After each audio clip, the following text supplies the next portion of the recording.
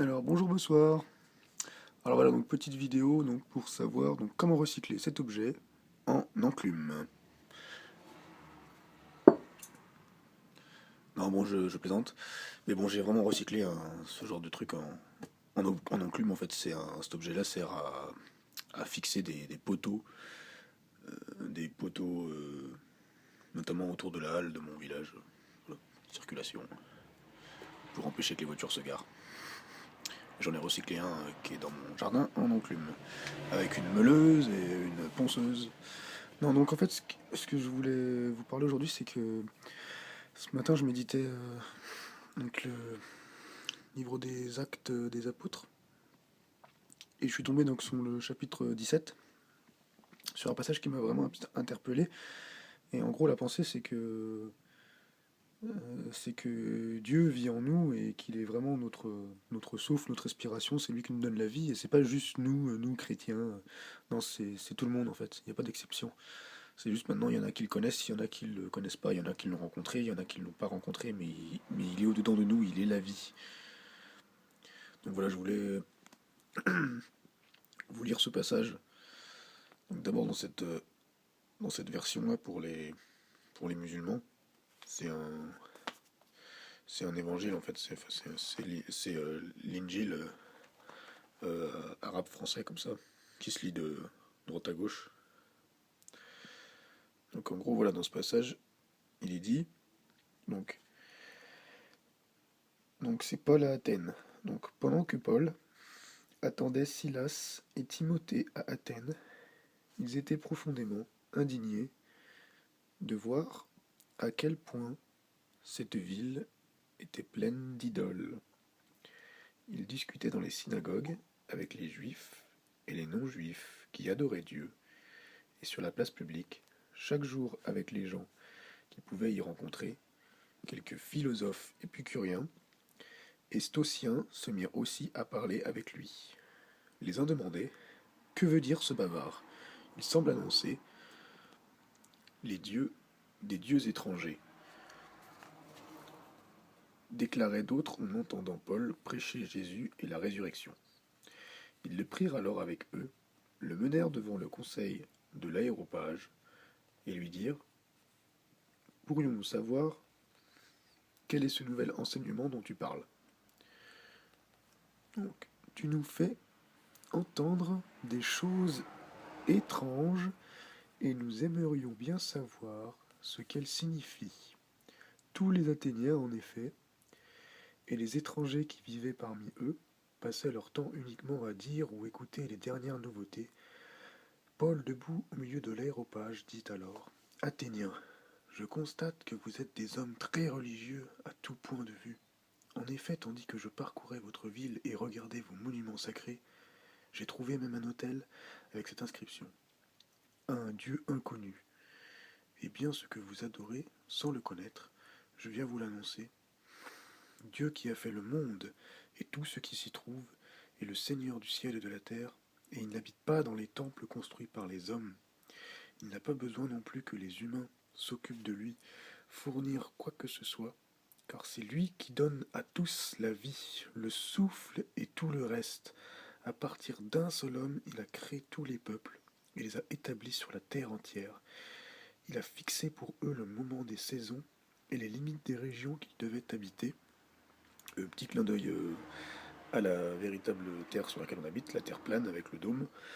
Ce qui fait que non, il n'y a pas d'extraterrestres, il n'y a pas d'autres planètes, etc. C'est question nulle part de ça dans les écritures, même dans les autres écritures sacrées, de tous les peuples anciens. La terre est plane, Dieu a fait des limites. Je vous invite aussi à voir Romains 11. Il a créé des limites, bon, on a fait d'autres vidéos à ce sujet, hein. C'est pas pour rien qu'il a limité l'homme à la terre, parce que c'est il y a déjà assez comme ça à s'occuper d'une seule race. On va pas et en plus faire des races extraterrestres, etc.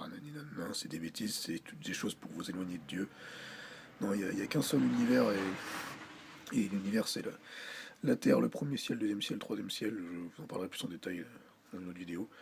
Donc il a fait cela pour qu'il le cherche et qu'en essayant tant bien que mal, ils parviennent peut-être à le trouver. En réalité, Dieu n'est pas loin de chacun de nous. Bah oui, parce qu'il est au-dedans de nous en fait. Car c'est par lui que nous vivons, que nous bougeons. Voilà, il le dit là. Car c'est par lui que nous vivons, que nous bougeons et que nous sommes. C'est bien ce que certains de vos poètes ont également affirmé, même de leurs poètes à eux, en fait, aux Athéniens, de ces gens-là qui vénéraient des dieux gréco-romains. Là. Nous sommes aussi ses enfants. Puisque nous sommes ses enfants, nous ne devons pas penser que Dieu soit semblable à une idole d'or, d'argent ou de pierre, donc produite par l'art et l'imagination de l'homme. Mais Dieu ne tient plus compte des temps où les humains étaient ignorants, mais il les appelle maintenant tous, à tout lieu, à changer de comportement. Lui, c'était ignorant parce que Christ n'était pas ressuscité en fait. Aujourd'hui, il n'y a plus d'excuses.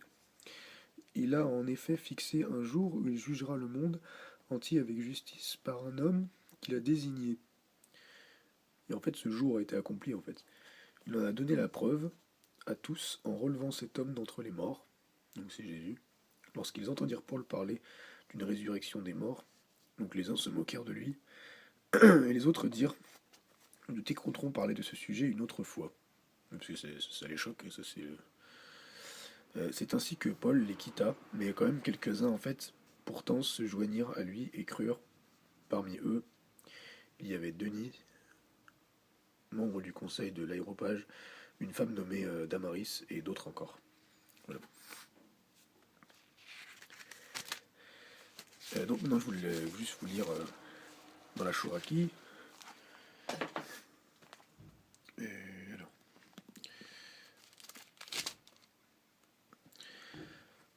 Alors dans la Chouraki là il est dit. Excusez-moi. Donc, et c'est tandis que Polos les attend à Athènes, il sent brûler son souffle en lui. Au spectacle de cette ville remplie d'idoles, il débat donc dans la synagogue avec les Yéhoudim et avec les fervents, et sur l'agora, jour après jour, avec ceux qu'il rencontre. Même quelques philosophes, épicuriens et stoïciens, l'abordent aussi, d'aucuns disent que veut dire ce picoreur de semences. D'autres, il paraît être un annonciateur de dieux étrangers. Attendez, excusez-moi, je saute, je vais directement là. Donc, pardon, excusez-moi, c'est à partir du verset 26 que je vous ai montré, donc 25. Donc, les mains de l'homme ne le servent pas non plus, comme s'il avait besoin de quoi que ce soit. Donc là, c'est de qui parle de Dieu, le Dieu qui a fait l'univers et tout ce qui s'y trouve, étant le maître du ciel et de la terre. Donc, il a tiré d'un seul, verset 26, d'un seul toutes les nations des hommes. Donc, il a tiré d'un seul, donc il a engendré, en fait, il a extirpé d'un seul toutes les nations des hommes, et les a fait habiter sur toutes les faces de la terre. Il leur a fixé les temps, et leur sont imposés les frontières de leur établissement, les temps qui leur sont imposés, et les frontières de leur établissement, afin qu'ils cherchent la divinité, si possible comme à tâtons, et la trouvent. Elle n'est certes pas loin de chacun de nous. En elle, nous vivons. Là, c'est beaucoup plus précis, en fait, je trouve. Nous nous mouvons et nous sommes. Nous sommes l'être. Pas nous faisons. C'est premièrement, c'est nous sommes. Et comme l'ont même dit certains de vos poètes, oui, nous sommes aussi de sa race, donc de la race d'Élohim. Étant donc il le dit là, de la race d'Elohim, nous ne devons pas penser que la divinité soit semblable à de l'or, de l'argent, de la pierre, œuvrée par la technique et la pensée des hommes.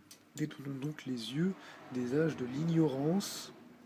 Elohim annonce maintenant à tous les hommes de partout de faire retour à lui, oui, parce qu'il a fixé un jour pour juger la terre et les justices, etc.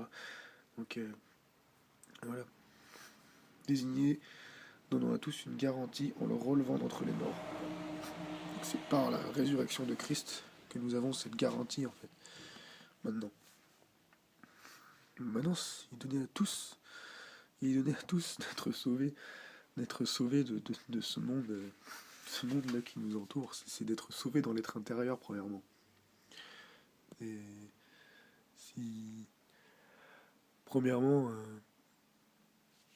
ouais, moi je vous exhorte vraiment à chercher la vie en vous. Et ceux qui connaissent pas Christ, mais j'ai juste à vous dire que mais celui qu'on appelle Dieu, c'est pas son nom, hein. Jésus-Christ, ça signifie l'éternel et salut, l'éternel sauveur. Et voilà, le seul qui peut vous sauver, c'est le tout suffisant qui habite en vous. Voilà, cherchez-le de tout votre cœur et vous verrez comment votre vie va changer intérieurement. La joie, la douceur, la paix, l'amour, ça dépend pas des choses qu'on fait, mais ça dépend simplement de lui. Lui qui a donné sa vie pour nous. Voilà. À plus.